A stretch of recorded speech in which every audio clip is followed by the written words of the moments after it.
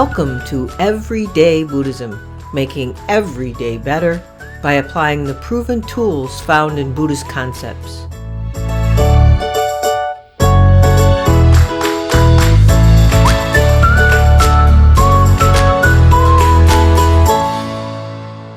Welcome to episode 54 of Everyday Buddhism, making every day better.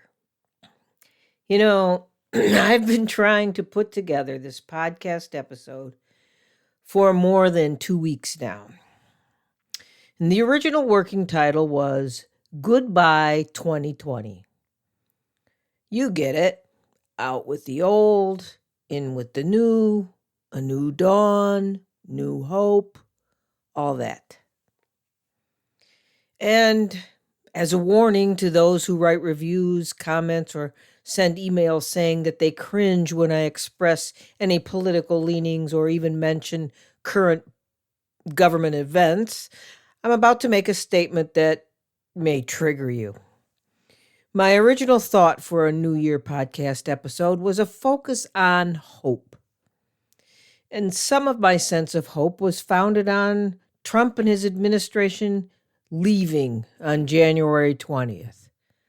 But as many predicted, Trump had no intention of conceding the election loss or leaving peacefully. And so here we are, almost exactly 2 weeks into 2021, and it is revealing itself as a more violent and horrifying continuation of 2020. The domestic terrorist attack on the Capitol and deaths from COVID are rising at a ghastly rate, with expectations that the next few weeks, and maybe longer, it will keep getting worse due to holiday gatherings and the more contagious virus mutations making their way through the country. But I vowed to finally put my thoughts together and record this episode today. Today, I'm recording it on January 13th. I celebrated my 68th birthday on January 11th. 2 days ago. And I've spent the last few days in reflection and, letting myself just be, letting my thoughts go and just being in the moments of my life. That was my present to myself. But today, I need to dust myself off and keep going. I admit, it has been an uneasy peace for me, and I wasn't sure I could be a presence of peace, so I kept myself away from the microphone. Truthfully, I have been filled with anger.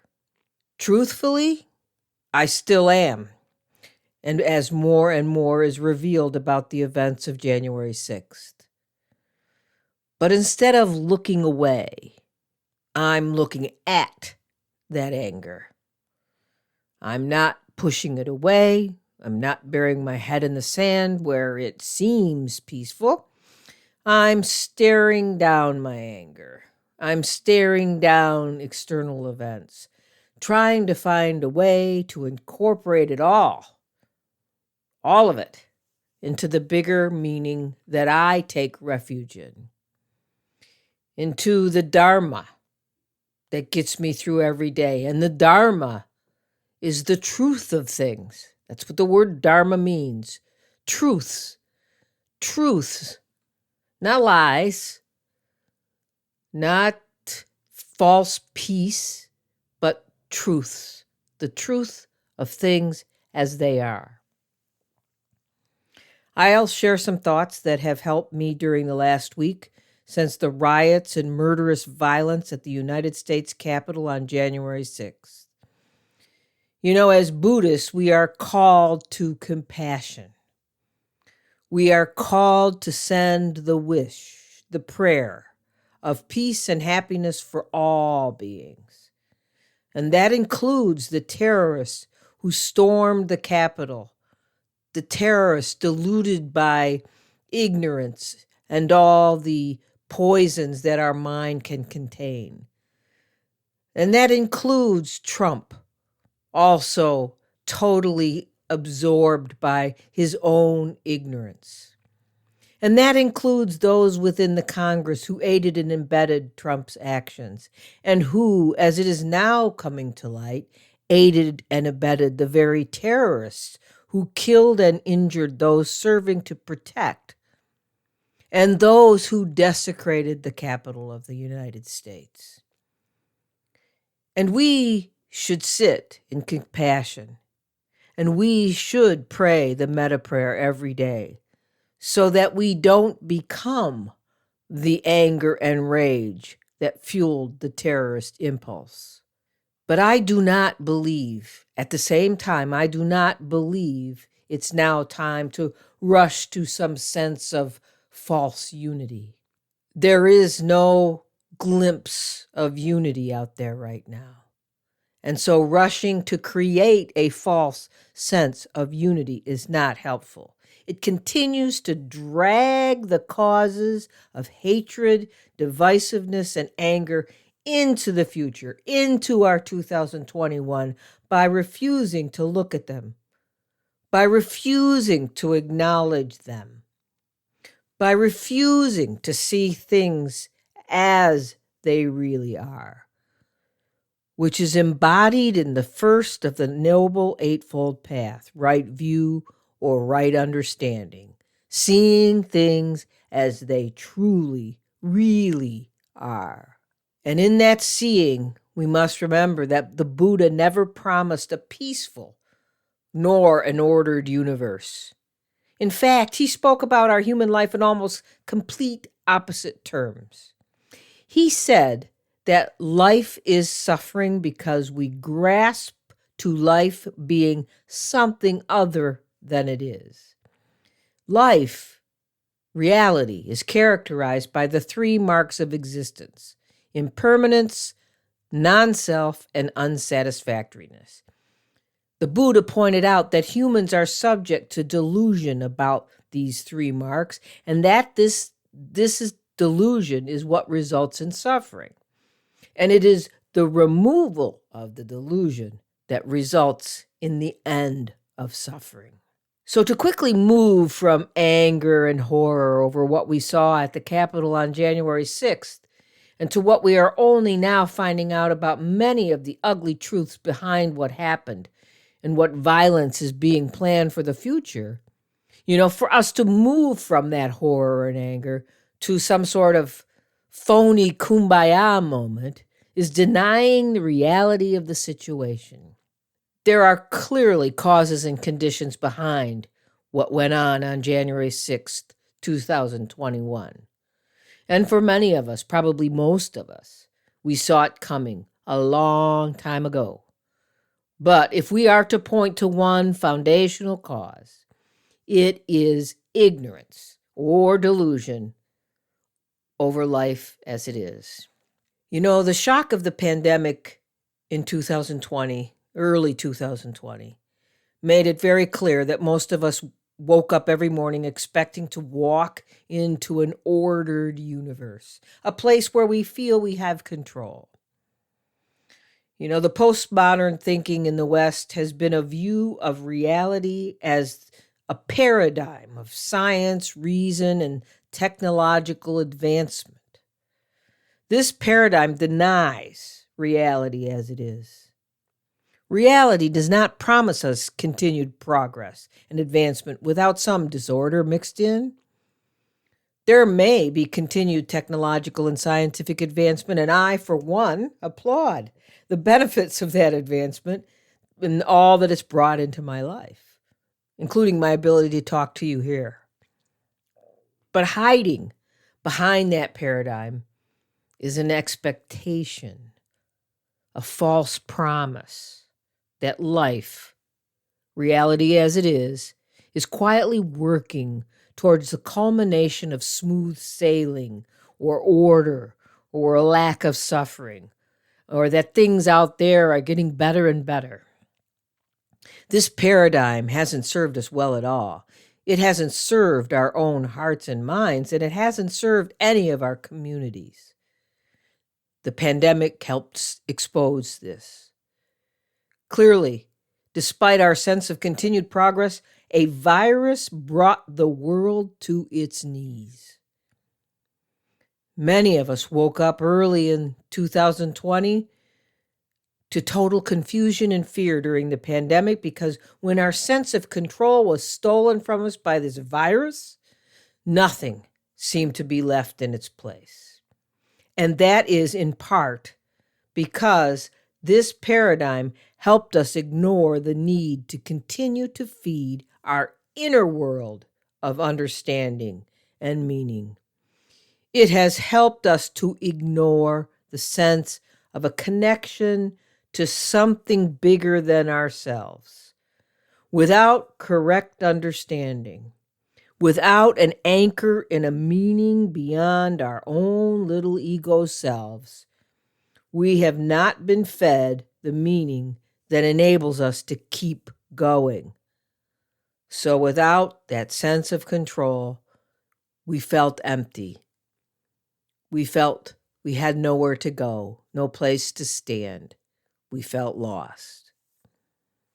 Father Richard Rohr, in his book, The Wisdom Pattern, Order, Disorder, Reorder, he wrote, quote, "Suddenly we live in a very scary and even disenchanted universe, where no intelligence appears to be in charge, where there is no beginning, middle, or end. What's left is merely the private ego with its own attempts at episodic meaning and control," unquote. And therein lies the rub, right? What's left, he says, is merely the private ego. And in Buddhism, we deny that, right? We deny that false sense of self. Oh, sure, we live with it. We believe it's there.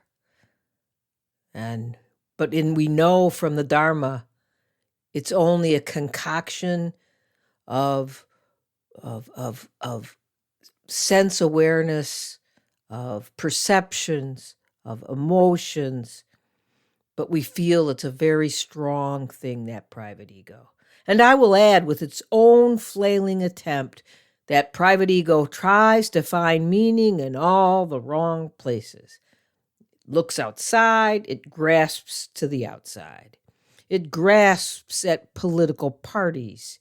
It grasps at YouTube gurus, at false prophecies, at elixirs. It grasps at blaming the other for what is happening to our own private meaning. If we can claim, government conspiracies or owning the libs, then we have reordered our universe through this episodic meaning and control that Rohr talks about.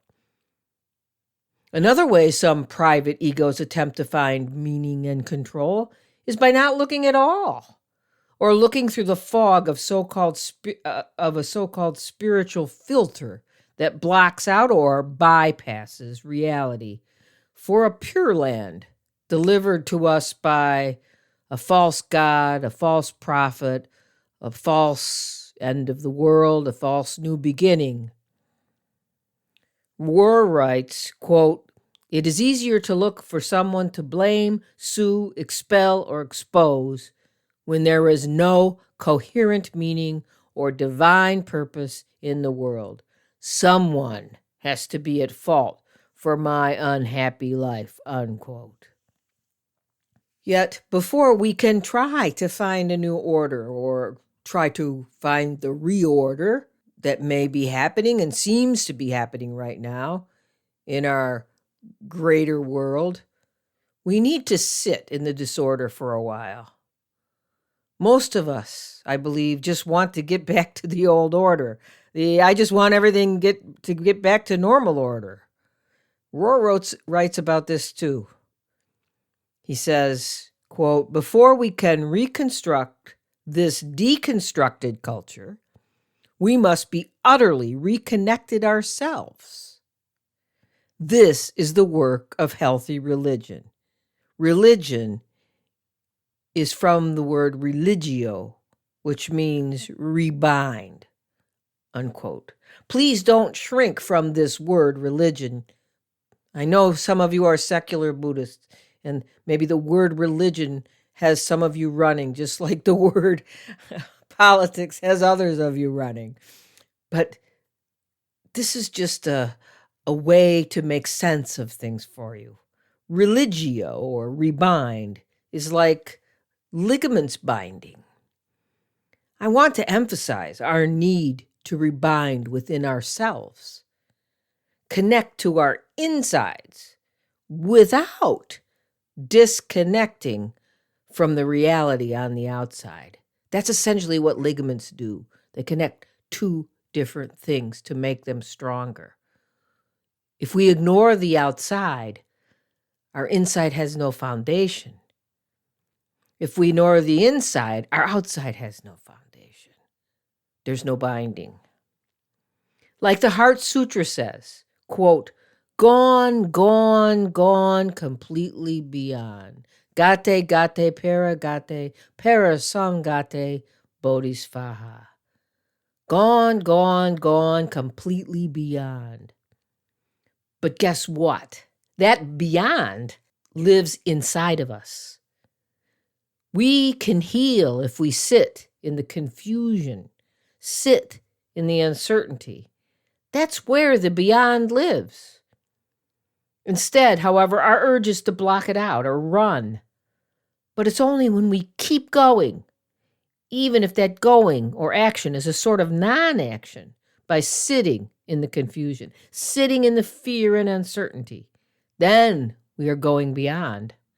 You know, last year in episode 36, I welcomed 2020 with an episode called Random New Year's Thoughts, where I thought about how when we begin a new year, everything from the old year comes with us. Boy, that's never been truer than it is this year. Yeah, but it's typical in New Year's. Like, we think, we're going to wake up in the new year and hopefully banning an unforeseen disaster, the same person we wake up as the same person we were when we went to bed. And in some ways that's comforting, right? But this year, I don't think it's so comforting. I imagine most of us hoped that when we woke up on January 1st, 2021, somehow, like New Year magic, the pandemic would be gone. And those we lost to the pandemic would be back with us, and our health, our jobs, our kids' schools, everything would be back to so-called normal. And the anger, fear, and divisiveness that tears the fabric of our connections would be healed and gone. But here we are. The stink of 2020 remains. And a new stink of attempted violent overthrow of the government is added to that stench, and it lingers as we enter a new year. I don't know about you, but I woke sometime in the wee hours of January 1st, 2021, with the same thoughts that I have had almost every night since the pandemic began. It goes like this.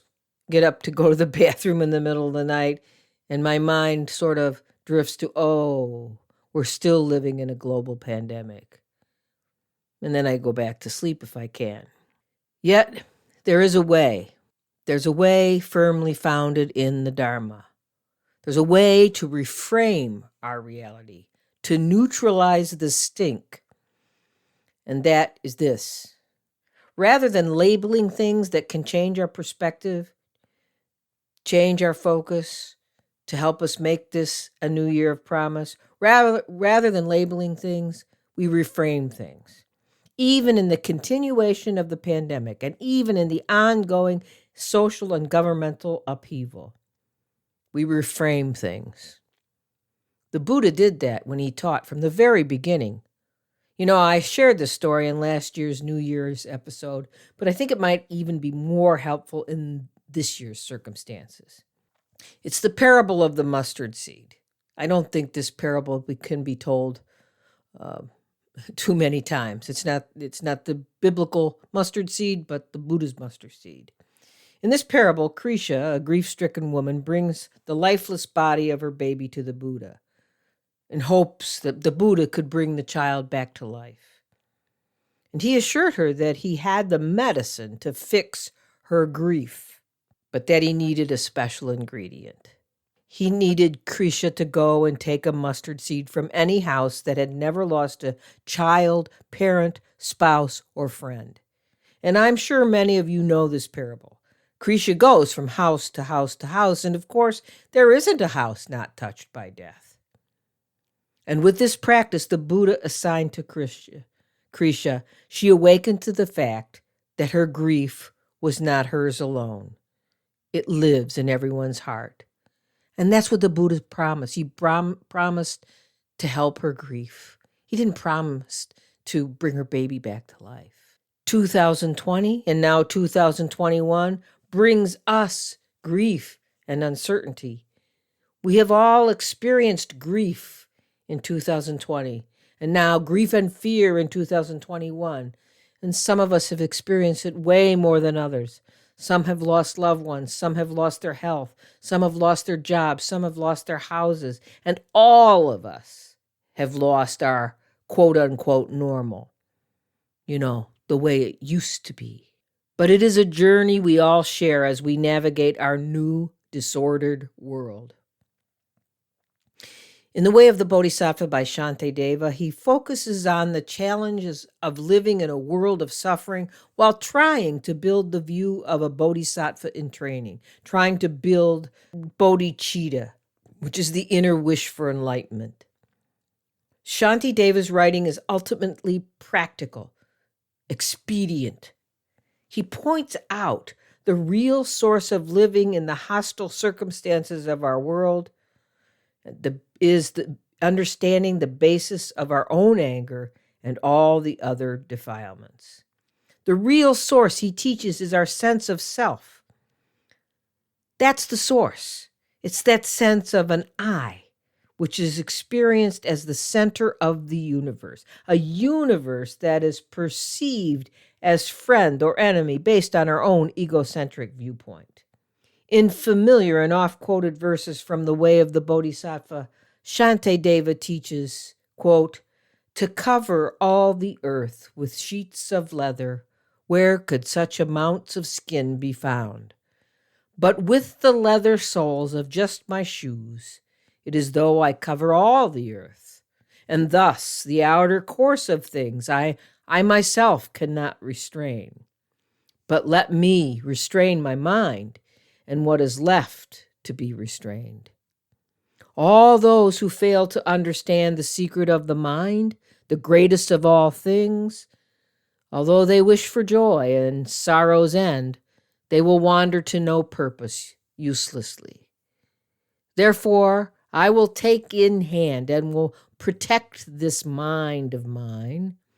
What use to me are many disciplines if I can't guard and discipline my mind," unquote. This new old disorder that comes with us into 2021 is a journey we all share. Many things on the outside can't be fixed. Some illnesses can't be healed, and grieving hearts will always feel a little grief. Shunryu Suzuki writes about things that can't be fixed and gives us a really tough answer. He writes that there is only one way. Accept the problem and work on it through meditation. That's his teachings. He said the only thing that really helps is to find some ground to stand on, understanding that you are here right now.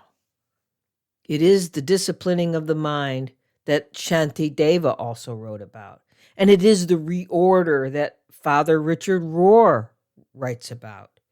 And that reorder is based on understanding life as it is and standing your ground right there and keeping going right there.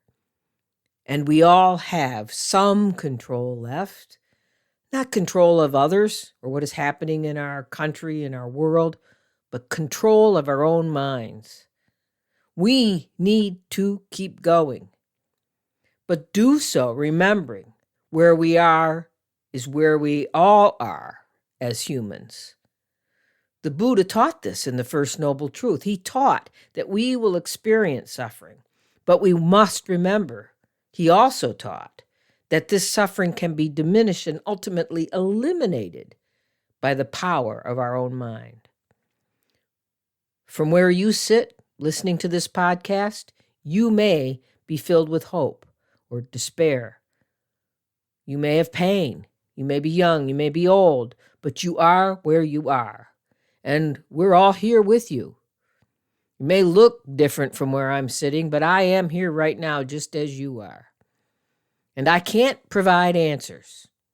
I can't eliminate the external conditions that cause our suffering, but I can promise that you can find some peace by sitting in the questions, sitting in the confusion, sitting in the anger, sitting in the fear. And when you sit with these emotions, you'll sit there and they will wash up and then they will wash out like waves. Yet there you sit, and you will remain in a small shelter of peace that your mind lives. Your mind lives there when it's not chasing thoughts, judgments, and emotions. And I will be sitting with you, and together we will enter 2021. May it be so. That's it for this episode. And don't forget, as usual, you can join me and others in the private, donation-supported Everyday Sangha that meets virtually via Zoom every other week on Thursday evenings at 7:30 p.m. U.S. Eastern Time. And please consider supporting the efforts of this podcast and related groups by becoming a community member for $5 a month. If you do, you will have access to blogs, members-only podcasts, education series, a private Facebook group, and hopefully more to come. So until next time, keep trying to find ways to make yours and everyone's days better. And I'll be with you.